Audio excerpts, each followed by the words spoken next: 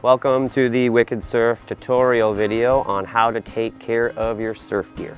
We're going to go through a few different subjects and a bunch of details about those things to figure out how we can make our gear last longer. Not just our gear here at Wick'd Surf, but your gear at home too. And both of these things are beneficial for everyone because if we take good care of the gear, it lasts longer. It means we don't waste as much gear. In this video, we're going to learn about how we're going to take care of our suits, how we even get in and out of your suits properly, how to wash them and dry them properly, and we're also going to learn how to take care of your boards. There's many do's and don'ts for your surfboards that we want to do to make sure they last longer, specifically how to transport them, how to use them at the beach without hurting them, and yeah, making sure they don't end up looking like this when they come back.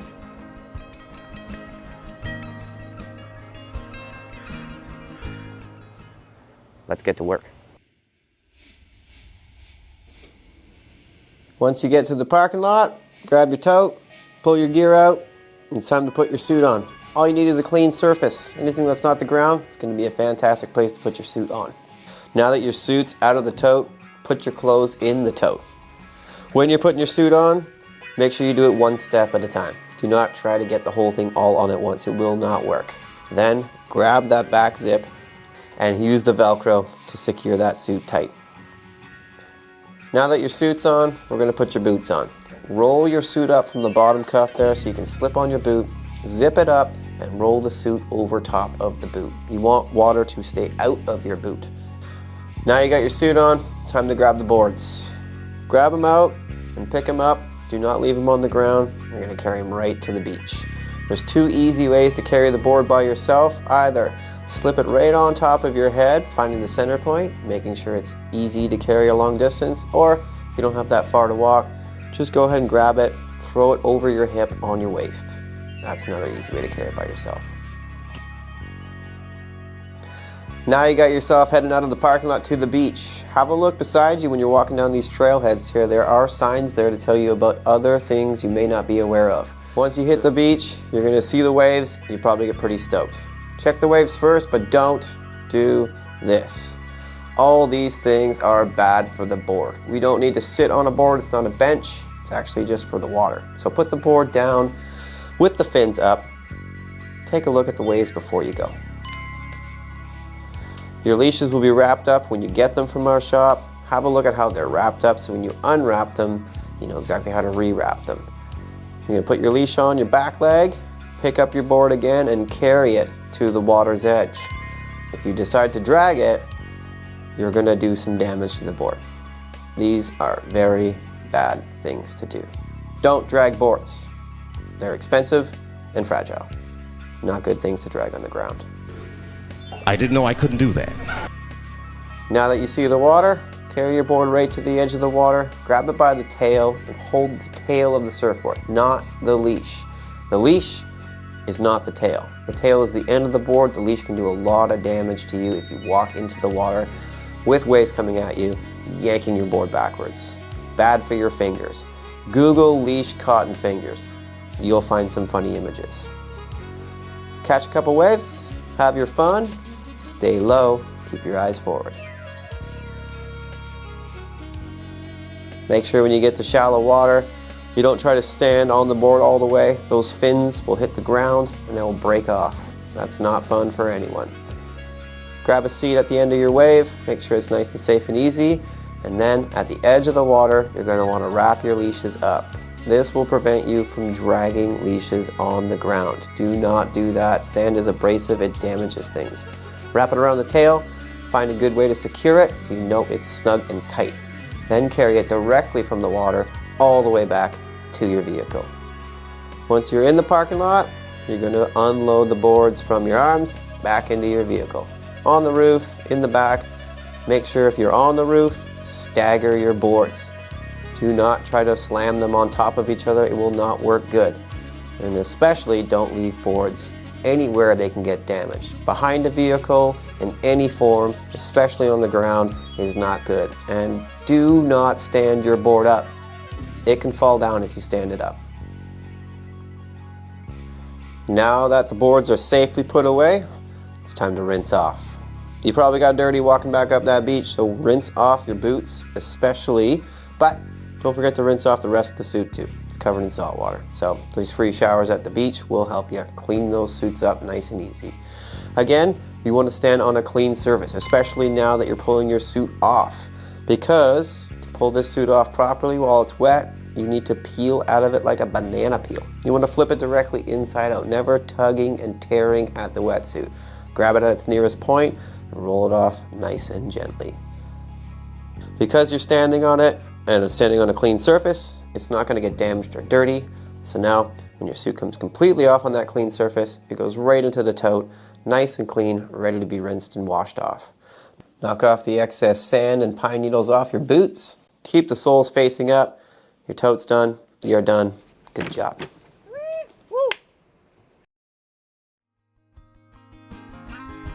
Washing wetsuits, not too complicated, but there's a lot of easy things to do wrong that could make your suits last not as long as they could. So we're gonna look over here. I'm gonna give you a little quick tour of what we use here at Wick'd Surf. This is just our outdoor washing station with the sinks for washing, rinsing, and our hanging station to let stuff drip dry outside before we move it into our glorious dry room, which dries all of our suits and boots and gloves out with a few different systems that will work really well for you at home if you have that. And I'll even go over some other things that you can do while I'm showing you my stuff at your home or where you're staying, maybe in town, that you can do to get the same result, but maybe if you don't have the same system I do, it'll still work. All right, we're here at the washing station. This is where you would wash your stuff at home or where we wash your stuff when you return it to us. And this is how we do it. We want to make sure that we get the suits clean and fully rinsed and then drip dry for as long as possible out of the direct sunlight. So one of the main things to know about your suit is it has three major enemies: sunlight, salt water, and sand. Yeah, that's all the things that you're in when you're on the beach surfing. But that is why you usually see, if you ever paid attention at the beach, local people going straight from the surf directly to the parking lot, rinsing their gear off, taking it off properly, and putting it right into their tote. These are called totes. It's what carries our gear, whereas it's where our wetsuits go when we're wearing our clothes, and it's where our clothes go when you're wearing your wetsuits. We'll transport your wet gear around, and then that's where you bring it back to your home. And that's why we always see people use them at the beach. Their wetsuits are wet and they're in their car. But again, the idea is you're going from the surf, where you're surfing with your surf gear, directly to the parking lot after you rinse, taking it off, and then bringing it home to wash it and dry it appropriately. If you are wearing your suit at the beach for many hours, you are in salt water, then in sunlight, and then covered in sand. And this will deteriorate the suit extremely quickly. And it's one of the main reasons why all of the rental companies out here basically have to buy all new gear every single year, because there's a lot of people here on vacation who just want to hang at the beach all day, which is all good. Definitely do that, it's super fun, but don't do it in your wetsuit. You don't need to play 4 hours of spike ball on the beach in a wetsuit. It's only for surfing, and it'll last longer if you just use it for surfing and wash it just like this. We got a 3-sink system, soap, and a little bit of white vinegar. The biodegradable dish soap is what I use. Anything light soap-wise is fantastic. It's got a little bit of lemon here. That's a citrusy that'll help get rid of the grease and oils, and also help it perfume up better so it doesn't stink. And that is one of the main things that will happen if you don't wash your suit or you don't dry it properly. It will start to stink. So we wash all of the gear here thoroughly every time it comes back to make sure it's in prime condition for you to wear when you go out as well. And if you have your own suit, you obviously want to do that as well. So if you don't have a 3-sink system like we do, that's totally understandable. One of the things you can use is your tote. You can just put some soapy water in your tote and dunk your suit in the soapy water. Then you can use your hose or whatever you have nearby to rinse it off that way. But here we have a lot of suits coming back all the time, so we need a pretty sort of factory style system, and that's why we use the sink system and the big drying rack here. So I'm gonna give you a little bit of idea of how we want to make the soapy water just the right amount of soap and vinegar. You have whatever amount of vinegar you have in a bottle, but basically for a tub of this size, I'm not sure the liters on it, but the idea is you don't want to put too much vinegar. You need a little bit, but not too much. So we usually just give it a little bit of a splash. One splash like that is plenty of vinegar. And then for soap, we want to use enough soap to make it work for as many wetsuits as we can. But the amount of wetsuits you start putting in there, it just starts to lose soap factor. So with this sink about halfway full, I'll give this little guy a full circle squeeze, and that should be plenty for about 4 to maybe 5 or 6 wetsuits. We want to make sure that we mix it all up properly, so use your hose to try to introduce the air and make it nice and foamy. That's going to make it a lot easier to clean your suits. So we go on setting like this. And now we got lots of mixed up soap and vinegar. So we got our soap all soapy up, and we got our rinse sinks ready to roll. And we got big wetsuits. These have a lot of material on it, and if you change on a clean surface, you won't end up with sand and dirt all over your suits. So we're gonna go over that part when we talk about putting on and off your wetsuit, how to do it properly so the suits come back ready to be washed as easily as possible. And you're gonna wanna put your suit in inside out so that the inside gets cleaner than the outside, because the outside essentially just has salt water on it while the inside has been up against your body all day. So we give it a full soapy dunk. We leave the back open, and if you have a back zip, try to put your Velcro on so that it doesn't stick to the suit. It starts to pull it apart that way. So pain in the butt, that design, but this is the best way I found to try and make it last longer, is put the Velcro on right away, leave the back open so it gets the water in there as well. We do a full, nice big soapy dunk. We move it right over to your hanging station, and we hang it up, always while they're wet by the waist. Do not want to hang heavy, wet wetsuits by the shoulders. When they're dry, they're fine to hang by the shoulders, but when they're wet, if you hang them on a shoulder hanger, they will basically just be stretching out your shoulders a lot. So you might notice that if you wore a suit for several months before and all of a sudden your shoulders feel loose, you get a little more flushing, the material starting to separate where the stitching is. It quite often has to do with hanging it by the shoulders while they're wet.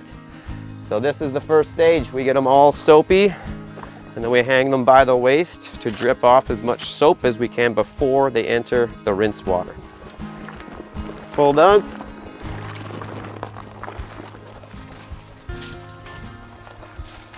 Straight by the waist.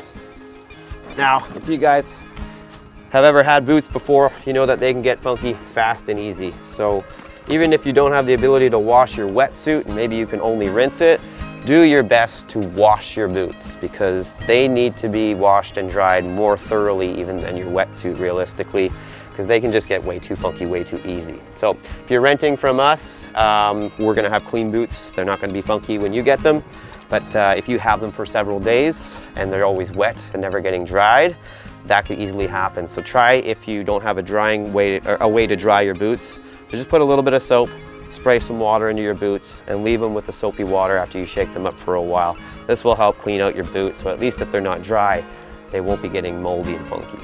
Now, to wash a boot here, we have these zip-up boots. These are the rental boots, your home boots. Maybe if you bought them at the shop and they're directly for you, wouldn't maybe have a zip-up, but if you got ours and you're renting from us, this is how we want to wash it. Hold that piece of material here. This is the tongue next to the zippers. Sand can get right in there underneath that zipper part. So if you hold it this way, when you dunk it, the sand should brush out. So you can give it a dunk or two before you put about a quarter or half of the soapy water in there. Close up the top, and then this is the really important part for your boots. You gotta shake them. You gotta agitate. We need oxygen, bubbles, all of the things to clean out your boots. If you just dunk them, it doesn't really do that good of a job versus if you shake them up and make them nice and foamy on the inside. So that's a pretty good rinse there, or wash, sorry. And you can just shake it a little bit and put it straight into the rinse cycle. So we're gonna do this with all the boots, and then we're gonna rinse them off thoroughly. We'll just do the first two here just to show you. Again, always holding it by the tongue, shaking the toe and heel, making sure it's really mixed up in there to get it as clean as possible. Once we're over here in the rinse sink, it's pretty simple stuff here. We don't need to shake anymore. We just want to make sure we're rinsing. So I usually use the double dunk system. Hold it by the tongue again, make sure you can still see there's a little bit of sand in here. So that's why we do a double dunk, double rinse. Make sure we're always getting not only all the insides washed out, but as much as that sand out of the zipper area as possible. Then you want to hang them up somewhere to drip dry. So you might have to makeshift something if you don't have a system like this, but you can make one at home pretty easy.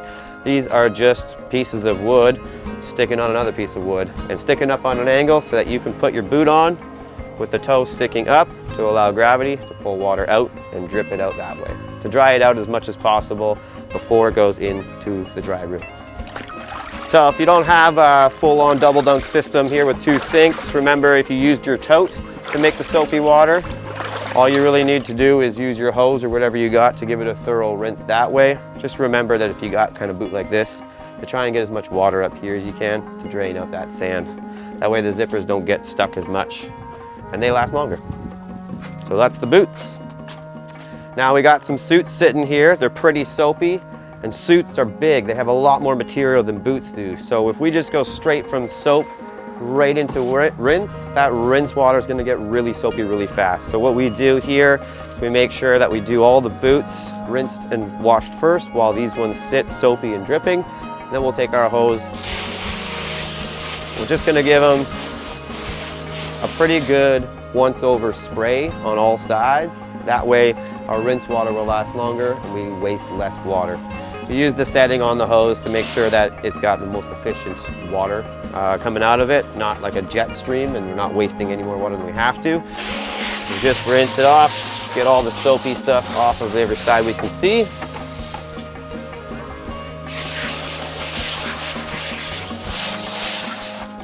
And now they're pretty good to go into the rinse cycle themselves. Again, if you don't have a rinse cycle system here with many sinks, you can literally just use your hose like you did to rinse it off both outside and stick the hose up in there and rinse off the other side too. And they should be fine if you just rinse them like that yourself. But we go the extra mile here to make sure that everything is very rinsed off so there's no sand and all the salt water that was on it gets off. So keep the back open again just like we did for washing. And we're just gonna fully dunk the whole suit, make sure water gets into the back zip area. I always bring it up and out as I'm pulling it. That keeps the water from getting super soapy as well. And then you get another one. And now your suit is pretty much done for the washing and rinsing. It just needs to drip dry before you bring it into the dry room area. We don't want them in direct sunlight. We never want to dry things in direct sunlight. That's why we have the roof system here over everything to make sure that there is no harsh UV rays drying out the suits and baking them and causing them to fall apart. This is our little dry room where we dry all of the equipment to make sure that when you guys put it on over there when we're fitting, that everything is clean and dry. This system is just a homemade system I did myself. There's other variations of it out there through ski gear and whatnot, but I'll start by showing you how we get the boots and gloves dry. And what we've done here is just put some PVC pipes, drilled some holes along the top here so that when you put a boot in, the toes will drain water out because the toes are up, but we need air to go in here and up. So that's why the PVC pipes that have been drilled through these 2x4s are right in front of a fan. So that airflow comes straight up the pipes and then it actually flows up straight into the toes because of these perforated holes at the top. So when you have a house fan, that's going to drive air in, and then we just want to try and dry the air out as much as possible. So that's why we have a dehumidifier in here, which I've rigged up with a hose to make sure it doesn't fill up the small bucket here and just stop. We've rigged it up to have the hose go straight into a bigger bucket, which lasts all night when we have lots of stuff in here. But you could even, if you have your own space, drill a hole through a wall and throw that hose right out there. Or if you have a drain on your floor already, which unfortunately we don't have here, you could literally just let it drain straight into the floor drain and it would run continuously as long as you put it on the continuous setting. Otherwise, we have our suits hanging here. They're on the shoulders when they've come out of the mostly dried stage. But when they come in, they're hung by the waist. And they hang by the waist inside out until they're dry on this side, and in the mornings we flip them, put them on their shoulders, make sure they're totally dry before they head back in. Now, this is the kind of system you would want to use if you had your own way of making it at home. You want to create your own little dry room area with a dehumidifier and a source of airflow. So these house fans that I'm using, this household dehumidifier, This is all good enough for my small space here to really dry out the air overnight. But if you're staying maybe in a hotel room or a vacation rental, you're probably not going to have access to some of these things, specifically the house fans and the dehumidifier. You might, we're on the coast, a lot of places do have them, but if you don't have it, maybe all you have is a bathroom. That's going to be your smallest, tightest space where you can actually turn the heat on and turn the ceiling fan on, which would be the easiest way to heat the room up, which would dry the air out more. And the fan circulating the air up top would help it sort of dry out whatever materials you got in there. And specifically with wetsuits, they absorb material, so they're hard to get dry just by dripping them in a room that would be very humid with all the wet stuff. So this is the way we get stuff dry here, indoors, out of the sun, and yeah, with the system of airflow, drying the air out, and yeah, everything that we need to get it on the material, suck out those moistures.